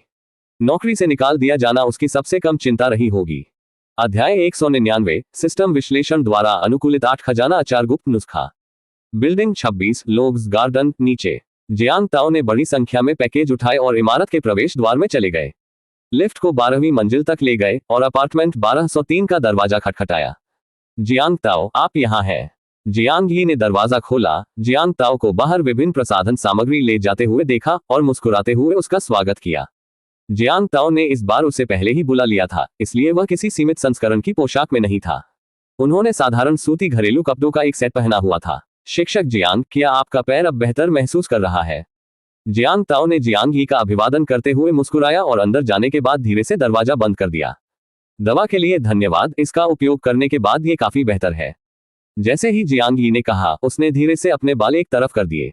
भले ही दिन का उजाला था, थोड़ी सी अजीबता बनी रही क्योंकि वह और जियांग ताओ कमरे में अकेले थे। हाँ, बस दवा को धन्यवाद दे रहा हूँ। मेरे योगदान के बारे में क्या? जियांग ताओ दिल खोलकर हंसे और जियांग ही के साथ मजाक किया। जियांग ही ने तुरंत जवाब दिया, बिल्कुल नहीं, बहुत बहुत धन्यवाद। हाँ, मैं आपके साथ मजाक कर रहा हूँ, ठीक वैसे ही जैसे जब आप उस दिन हमारी कक्षा को पढ़ाते थे। केवल एक वाक्य के साथ जियांग ताओ ने उन्हें उनके विश्वविद्यालय के दिनों में वापस खींच लिया। उस समय वह 19 वर्ष का था और वह 24 वर्ष की थी, दोनों अपने जीवन की सबसे अच्छी उम्र में थे। समय उड़ गया, जियांग ताओ अब शादीशुदा है और उसके बच्चे भी हैं, और जियांग जू काम काज चलाने के लिए काफी बूढ़ी हो गई है। लेकिन जियांग ही अभी भी सिंगल लगती है। हालांकि जियांग ताओ जियांग ही की वर्तमान संबंध स्थिति के बारे में जानने को उत्सुक थे, लेकिन उन्होंने उत्सुकता नहीं दिखाई। हर किसी को अपना जीवन जीने का तरीका चुनने का अधिकार है, बिना किसी अच्छे या बुरे के। एक दूसरे को देखे बिना लगभग 10 साल बीत गए। इस बार आपसे मिलना काफी आश्चर्यजनक था। जियांग ही ने जियांग ताओ को स्नेहपूर्वक देखा और अपने मन में उसकी तुलना अतीत के जियांग ताओ से की। अतीत का जियांग ताओ युवा, गौरवान्वित और दुनिया से निराश था। लेकिन उनकी ग्रामीण पृष्ठभूमि के कारण उनमें न तो ऊर्ध्वगामी गतिशीलता थी और न ही इतनी प्रतिभा थी कि वे अपनी बेड़ियां तोड़ सके। स्नातक स्तर की पढ़ाई के बाद वह अधिकांश सहपाठियों की तरह भीड़ में शामिल हो गया और समाज की नींव का एक और टुकड़ा बन गया। अब जियांग ताओ परिपक्व और स्थिर है, अपने करियर में सफल है और उसमें आत्मविश्वास की भावना झलक रही है। ऐसा लग रहा था मानो ऐसा कुछ भी नहीं है जिसे वह ठान ले तो हासिल नहीं कर सकता। यह आत्मविश्वास और एक सफल व्यक्ति का आकर्षण है। यहाँ तक कि जियांग ही जैसे बड़े और अधिक परिपक्व व्यक्ति के लिए भी यह बहुत आकर्षक था। मुझे एडी में टीचर जियांग से मिलने की उम्मीद नहीं थी। आप कॉलेज के छात्रों को पढ़ाते थे, अब किंडरगार्टन में छोटे बच्चों को क्यों पढ़ाते हैं? जैसे ही जियांग ताओ ने बोलना समाप्त किया, जियांग ही को कुछ अप्रिय यादें याद आ गईं। उसका जीवंत रंग काफी फीका लग रहा था। क्षमा करें शिक्षक जियांग, क्या मैंने कुछ गलत कहा? कृपया बुरा न माने, मेरी जुबान ढीली है। जियांग ही की अभिव्यक्ति में बदलाव देखकर जियांग ताओ अजीब तरह से मुस्कुराया और विषय छोड़ दिया। जियांग ही ने मुस्कुराते हुए कहा, ये कुछ भी नहीं है, बस कुछ चीजों को अतीत में छोड़ देना ही बेहतर है। ठीक है, चलो अब इसके बारे में बात नहीं करते। जो भी अप्रियता है उसे अतीत में ही रहने दो। मैं पहले इन बातों को रखूंगा और फिर आपसे कुछ के बारे में बात करूंगा। ओह, क्या ये जियोजू के बारे में है? जियांग ताओ की बातें सुनकर जियांग ही ने सबसे पहले जियांग जू के बारे में सोचा। नहीं शिक्षक जियांग, आप सोफे पर आराम क्यों नहीं करते? मैं अभी ये चीजें नीचे रख दूंगा। जियांग ताओ सीधे मास्टर बेडरूम के दरवाजे तक चलते हुए बोला और उसे खोल दिया। अंदर जाने के बाद उसने अपने पास रखे बैग को सीधे बेडरूम के अंदर बिस्तर पर रख दिया। आज आने का उसका बहाना अपनी बहन के लिए दैनिक जरूरत का सामान लाना था। एक सच्चे प्रदर्शन को सभी चरण पूरे करने होंगे, उसे तदनुसार कार्य करना था। जियांग ही को ये गलतफहमी होने से रोकने के लिए कि उसके पास उसके प्रति कोई गलत उद्देश्य था। वह लगभग 5 मिनट तक शयन कक्ष में रहे, यह अनुमान लगाते हुए कि लिविंग रूम में वापस आने से पहले पर्याप्त समय बीत चुका था। जब वह बाहर आया तो जियांग ताओ ने जियांग ही को लिविंग रूम के सोफे पर अंग्रेजी शब्दों से भरी एक किताब पकड़े हुए देखा। जियांग ताओ की अंग्रेजी के वर्तमान स्तर के कारण वह पुस्तक का शीर्षक भी नहीं बता सका। जैसे कि कुछ महसूस हो रहा हो, जियांग ही ने ऊपर देखा और जियांग ताओ की ओर देखा और मुस्कुराते हुए उसे इशारा किया। शिक्षक जियांग, कल मैं आपके द्वारा दिए गए 8 खजाने वाले अचार अपने परिवार के लिए आजमाने के लिए घर वापस लाया था। हर किसी को आपका 8 खजाना अचार बहुत पसंद आया। जियांग ताओ खुद को एक बाहरी व्यक्ति के रूप में नहीं मानते हुए जियांग ही के सामने सोफे पर बैठ गया। जब आप जा रहे होंगे तो मैं आपको कुछ और दूंगा। जियांग ही ने किताब अपने हाथों में बंद कर ली और जियांग ताओ की ओर देखकर मुस्कुराई पूरी उदारता से। हाँ, मैं आज यहाँ 8 खजाने के अचार की भीख मांगने के लिए नहीं आया हूँ। शिक्षक जियांग, मुझे लगता है कि आपके 8 खजाने के अचार का स्वाद अनोखा है। क्या आप अपनी रेसिपी बेचेंगे? मैं इसे खरीदना चाहूंगा। जियांग ताओ ने इधर उधर की बातें नहीं की, सीधे जियांग ही के साथ मुद्दे पर पहुंचे। आप मेरा गुप्त नुस्खा खरीदना चाहते हैं? जियांग ताओ की बातें सुनकर जियांग ही आश्चर्यचकित और हैरान हो गया। आप ऐसे व्यक्ति हैं जो अपनी बेटी को एक अच्छे स्कूल में पढ़ाते हैं और बेंच चलाते हैं, और फिर भी आप अचार बेचना चाहते हैं? जियांग ताओ ने सकारात्मक रूप से सिर हिलाया। हाँ, मैं आपका गुप्त नुस्खा खरीदना चाहता हूँ। जियांग ही ने हंसते हुए कहा, यदि आप सीखना चाहते हैं तो मैं आपको सिखा सकता हूँ। यह कोई विशेष गुप्त नुस्खा नहीं है, इसे खरीदने की कोई आवश्यकता नहीं है। मैंने अभी अभी एक जार खत्म किया है जिसे मैंने पहले अचार बनाया था, इसलिए मैं एक और बैच बनाऊंगा और आपको रास्ते में सिखाऊंगा। हालांकि जियांग ही को पैसों की जरूरत थी, लेकिन उसे अचार की रेसिपी बेचना जरूरी नहीं लगा। जियांग ही की बातें सुनकर जियांग ताओ क्षण भर के लिए स्तब्ध रह गया, लेकिन फिर उसे समझ आ गया। बेशक जियांग ही के परिवार को विरासत में मिली 8 खजाना अचार की गुप्त रेसिपी भाई टोंगजी के मूल्यांकन में अत्यधिक मूल्यवान थी, लेकिन जियांग ही और उसके परिवार को शायद यह उतना खास नहीं लगेगा। अध्याय 200 सिस्टम विश्लेषण द्वारा अनुकूलित 8 खजाना अचार गुप्त नुस्खा। यह अनुमान लगाया गया है कि पीढ़ियों से वे केवल अपने स्वयं के उपभोग के लिए अचार बनाते रहे हैं। उन्होंने इस गुप्त नुस्खे का व्यावसायीकरण करने के बारे में कभी नहीं सोचा और न ही इसका वास्तविक मूल्य जानते थे। जियांग ताओ के लिए यह परिणाम पूरी तरह से अप्रत्याशित था। उसने वास्तव में यह उम्मीद नहीं की थी कि चीजें इतनी आसानी से आगे बढ़ेंगी और यहां तक कि उसे मुफ्त में नुस्खा भी मिलेगा। जियांग ताओ ने खुशी से कहा, फिर मैं अचार बनाने के लिए आवश्यक सभी सामग्री शिक्षक जियांग से खरीदूंगा। ये इसे प्रशिक्षुता का प्रतीक माने और आप इस बार मना नहीं कर सकते। ठीक है, मैंने कभी नहीं सोचा था कि मैं इतने सालों के बाद दोबारा आपका शिक्षक बनूंगा, हालांकि इस बार ये थोड़ा विशेष विषय है। जियांग ही ने बोलना समाप्त करते हुए हंसते हुए महसूस किया कि आज का कार्यक्रम काफी मनोरंजक था। कौन सा विश्वविद्यालय शिक्षक अपने छात्र को सब्जियों का अचार बनाना सिखाता है? हाँ, फिर टीचर जियांग, बाद में कोई भी रहस्य छुपाना मत। जियांग ताओ ने मजाक में कहा, अगर मैं बाद में बड़े पैमाने पर उत्पादन के लिए इस नुस्खे का व्यावसायीकरण करूं, तो आप मुझ पर उल्लंघन के लिए मुकदमा नहीं करेंगे, है ना? जियांग ही ने हंसते हुए कहा, मैंने कोई पेटेंट या ट्रेडमार्क पंजीकृत नहीं किया है। भले ही मैं मुकदमा करना चाहता हूं, लेकिन मैं मुकदमा नहीं कर सकता। मुख्य विषय पर लौटते हुए जियांग ताओ ने पूछा, तो हमें सामग्री कब खरीदनी चाहिए? जियांग ही ने कहा, वर्तमान जैसा कोई समय नहीं है, चलो अभी चलते हैं। मैं इन दिनों घर पर आराम कर रहा हूं और जब मैं परसों स्कूल लौटूंगा तो मेरे पास ज्यादा समय नहीं होगा। ठीक है, चलो तुरंत चलते हैं। जियांग ताओ जियांग ही के साथ समारोह में खड़े नहीं हुए। दोनों नीचे गए, जियांग ताओ की कार में बैठे और सीधे पास के वुमेई सुपरमार्केट की ओर चले गए। 8 खजाने के अचार के लिए आवश्यक 8 खजाने विशेष रूप से प्रतिबंधित नहीं है। आप व्यक्तिगत स्वाद के अनुसार उन्हें स्वतंत्र रूप से मिला सकते हैं और मिला सकते हैं। जियांग ही अक्सर जो 8 खजाना अचार बनाते हैं उनमें सफेद मूली, खीरे के स्ट्रिप्स, पोकेवीट, कमल की जड़, बांस के अंकुर, जापानी अदरक, थ्रेड काली मिर्च और मूंगफली शामिल हैं। सभी सामान्य घरेलू सब्जियां हैं जिन्हें सुपरमार्केट में खरीदा जा सकता है और वे बहुत सस्ती भी हैं। बड़ी खरीदारी के बाद उन्होंने कुल मिलाकर 200 युआन से भी कम खर्च किया और ढेर सारा सामान खरीदा। घर वापस आकर जियांग ताओ ने इन कच्चे माल का प्रसंस्करण शुरू करके जियांग ही की सहायता की। जिसे छीलना चाहिए उसे छीलना, जिसे धोना चाहिए उसे धोना, आवश्यकतानुसार क्यूब्स, स्लाइस या खंडों में काटना। विभिन्न सामग्रियों के लिए अलग अलग प्रसंस्करण विधियों की आवश्यकता होती है। जियांग ही ने वास्तव में बिना रुके पढ़ाया, वह सब कुछ साझा किया जो वह जानती थी। सभी सामग्रियों को तैयार करने के बाद उन्होंने उन्हें एक बड़े सिरेमिक बेसिन में रखना शुरू किया और प्रत्येक परत पर नमक छिड़का। इन सामग्रियों को लगभग 1 दिन तक नमकीन बनाने की आवश्यकता है, तो आइए पहले सॉस को उबालें और इसे ठंडा होने दें। कल जब सब्जियां सूख जाएं, तो उन्हें चीज क्लोथ से निचोड़ लें और उन्हें सीधे ठंडी सॉस में मिलाया जा सकता है। लगभग 8 दिनों तक अचार बनाने के बाद वे स्वादिष्ट और खाने के लिए तैयार हो जाने चाहिए। जियांग ताओ को अचार बनाने की प्रक्रिया की सावधानियां समझाते समय जियांग ही मसाले के डिब्बे से आवश्यक सामग्री भी निकाल रही थी। क्या वे सचमुच केवल 7 दिनों में अचार बना सकते हैं? जियांग ही की बातें सुनकर जियांग ताओ बहुत खुश हुआ।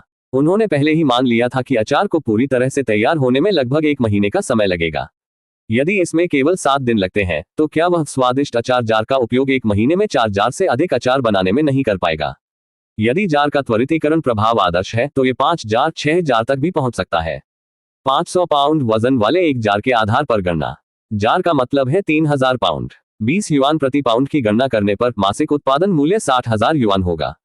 इस आउटपुट मूल्य की तुलना कारखानों या कंपनियों से नहीं की जा सकती, लेकिन व्यक्तिगत व्यवसाय चलाने वाले माता पिता के लिए यह निश्चित रूप से काफी आरामदायक होगा। हाँ, पूरी तरह से मैरिनेट करने और सर्वोत्तम स्वाद तक पहुंचने के लिए 7 दिन पर्याप्त है। अगला 8 खजाने के अचार के लिए महत्वपूर्ण सॉस बनाना है।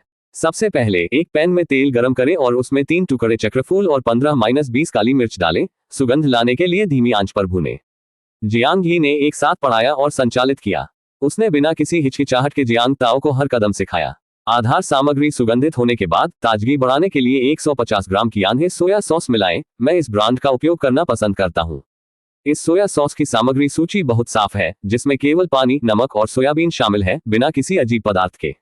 ये शुद्ध शराब बनाने की विधि न केवल स्वास्थ्यवर्धक है बल्कि सोया सॉस की प्राकृतिक उमामी को भी संरक्षित करती है। फिर 50 ग्राम मीठी बीन पेस्ट, रंग के लिए 10 ग्राम डार्क सोया सॉस और ताजगी के लिए और सॉस के स्वाद को संतुलित करने के लिए 15 ग्राम चीनी मिलाएं।